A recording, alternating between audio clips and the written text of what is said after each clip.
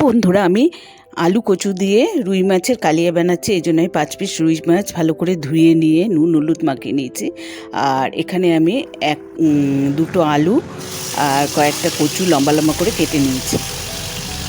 রুই মাছে নুন হলুদ মাখিয়ে ওটা ভেজে তুলে নিয়েছি। তুলে নিয়ে এবার কড়াইয়ে আমি শুকনো লঙ্কা, তেজপাতা আর কালো জিরা ফোড়ন দিয়ে দুটো পেঁয়াজ কেটে রেখেছিলাম, পেঁয়াজ দুটো দিয়ে দিয়েছি। আর একটু আদা, গ্রেট করা আদা দিয়েছি, 5টা কাঁচা লঙ্কা চিড়ে দিয়ে দিয়েছি, টমেটো একটা দিয়েছি।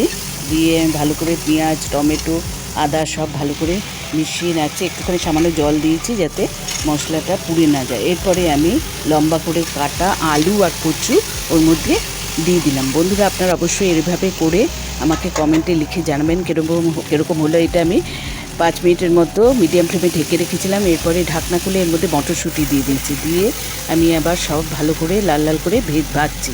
ভেজে এটাতে স্বাদ মতো নুন, হলুদ, কাশ্মীরি লঙ্কা গুঁড়ো, জিরে গুঁড়ো, ধনে গুঁড়ো, আরও সামান্য জিরে গুঁড়ো আর একটুখানি নুন দিলাম যাতে মনে হলো নুনটা কম হয়েছে। দিয়ে এটা নাড়ছি, নেড়ে লাল লাল করে ভাজছি। দিয়ে একটু সামান্য জল দিয়ে আমি কিছুক্ষণের জন্য এটা ঢেকে রাখছি। অবশ্যই আপনারা সাবস্ক্রাইব করবেন। সাবস্ক্রাইব করলে নানান রকম নতুন রেসিপি আমার দেখতে পারবেন। লাইক শেয়ার করবেন।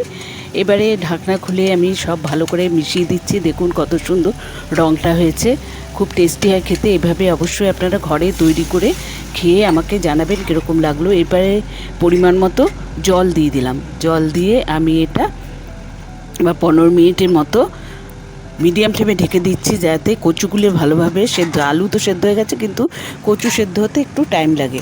সেই জন্য আমি আবার ঢেকে দিয়েছিলাম। ঢেকে দেখছি কচুগুলো সেদ্ধ হয়ে এসছে। এবারে আমি এর মধ্যে যে 5 পিস মাছ ভেজে রেখেছিলাম, মাছ ভাজাগুলো দিয়ে দিলাম। দিয়ে দেখুন আমার আলু কচু দিয়ে মাছের রুই মশলা তৈরি হয়ে গেছে। এরপরে আমি এর মধ্যে